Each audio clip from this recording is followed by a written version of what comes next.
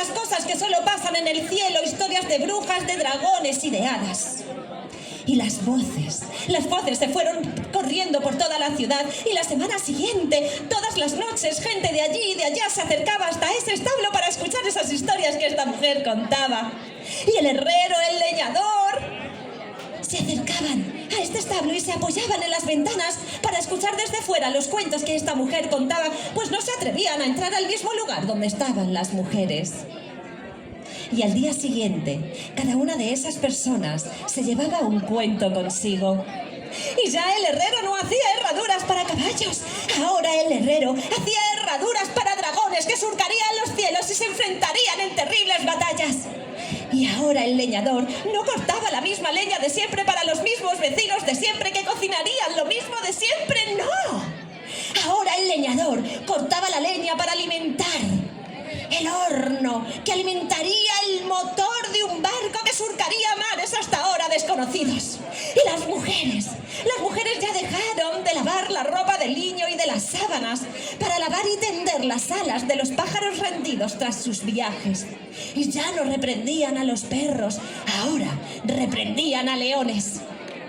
Porque los cuentos se habían adueñado de ese pueblo y ahora la vida de siempre ahora era una vida distinta, porque todos y cada uno de esos habitantes vivían su vida como en un cuento. Pero de repente, una mañana muy temprano, esta mujer de forma silenciosa se levantó. Y de la misma forma silenciosa que había llegado a esta nueva ciudad, esta mujer se marchó. Pero nadie preguntó por ella.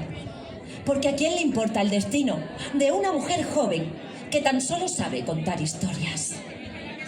Pero de repente, una de las mujeres que durante todas las noches había estado escuchando a esta mujer contar historias, empezó a ir a un pueblo y a otro a contar una historia y otra, y aquí añadía algo y quitaba lo otro, y la misma historia ahora parecía una historia completamente diferente. Y ya no sabían quién había contado la primera historia. Cada mujer empezó a repetir estas nuevas historias por cada uno de los rincones del mundo. Pero nadie volvió a preguntar por aquella mujer joven que solo sabía contar historias. Y ahora sí, colorín colorado, ¿este cuento? ¡Gracias! Y es que allí, todas las tardes, en Ciudad Madrid, aunque para nosotros era el barrio, cuando llegaba el buen tiempo, sucedía siempre la misma cosa. Y es que cuando el sol se escondía por la casa más alta del barrio, las cabezas empezaban a asomar por las ventanas, miraban y se escondían, hasta que una de ellas se atrevía a mirar, ir hasta la puerta, abrirla, bajar las escaleras y coger la silla debajo del portal y plantarla en la acera. Y ese era el pistoletazo de salida. Ahora sí, una vecina tras otra comenzaban a abrir las puertas de su casa, bajaban las escaleras, cogían la silla y empezaban a remolinarse alrededor de la acera. Con las puertas abiertas, las vecinas, costurero en mano, empezaban a ocupar las sillas. Allí, cuando los niños ya llevaban horas perdidas en sus fantasías, con juegos inventados, con mercados imaginarios, haciendo cabañas con 4 palos o recorriendo el mundo, con la bici y los ruedines, sin salir del barrio. El día comenzaba realmente con ese momento, casi siempre solo mujeres, alguna niña, siempre yo, que se entretenía viendo coser y escuchando contar. El viaje comenzaba con una simple frase: ¿sabes lo que le pasó a una en mi pueblo? Y tras la historia, decenas de risas iban encadenando con la noche. De vez en cuando se escuchaba eso de: ¡shh! ¡Calla! ¡Que hay ropa tendida! Y así estaba ella, Vicenta, que siempre decía: si no se entera, y si se entera, que vaya cogiendo hilo, que esto es lo que la espera. La algarabía de las risas hacía que vecinas de otras calles se acercaran allí donde estaban todas sentadas y, poniendo su culete en el umbral, escuchaban las historias tapándose incesantemente las rodillas con las telas de sus vestidos, mientras disfrutaban de esas locas historias que estoy segura ni ellas mismas sabían cuál era verdad y cuál es mentira. Y de esas historias son de las que vamos a disfrutar esta noche todos juntos. A ver si al final de la noche me sabéis decir cuál historia es verdad y cuál es mentira.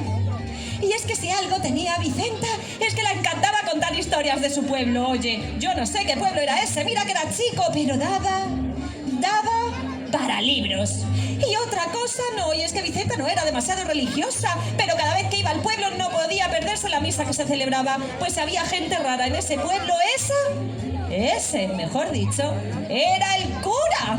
Decía Vicenta que daba unos responsos, que la daba vidilla para luego contarnos todas las historias que ella misma se traía. Y que una de esas historias que le encantaba contar al cura era el inicio de la creación. Allí cuenta ese señor que al principio de los tiempos, Adán y Eva estaban perdidos por el universo, aburridos como los de la nueva ciudad. Y cuando no sabían qué hacer, de repente a Eva se le ocurrió acercarse a ese primer río recién creado y lavar su hoja de parra.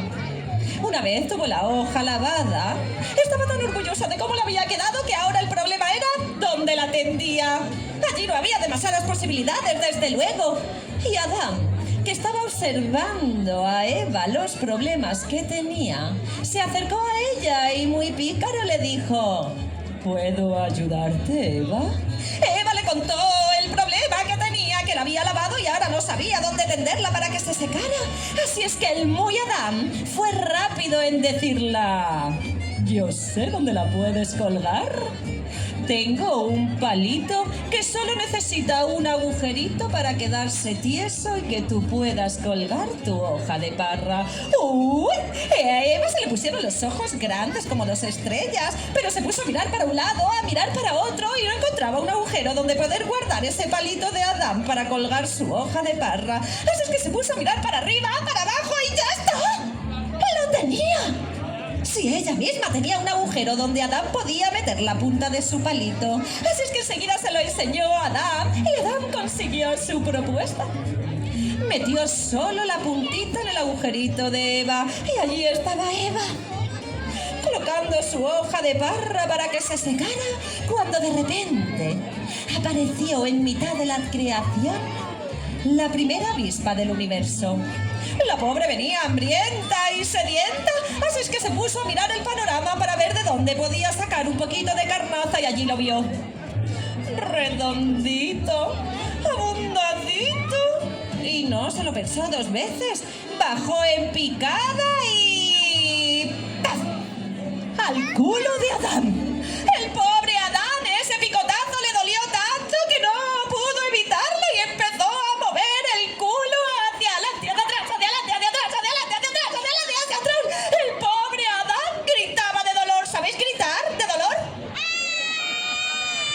¿Y los mayores sabéis gritar de dolor? Y mientras el pobre Adán gritaba de dolor, la pobre Eva gritaba de placer. ¿Sabéis gritar de placer?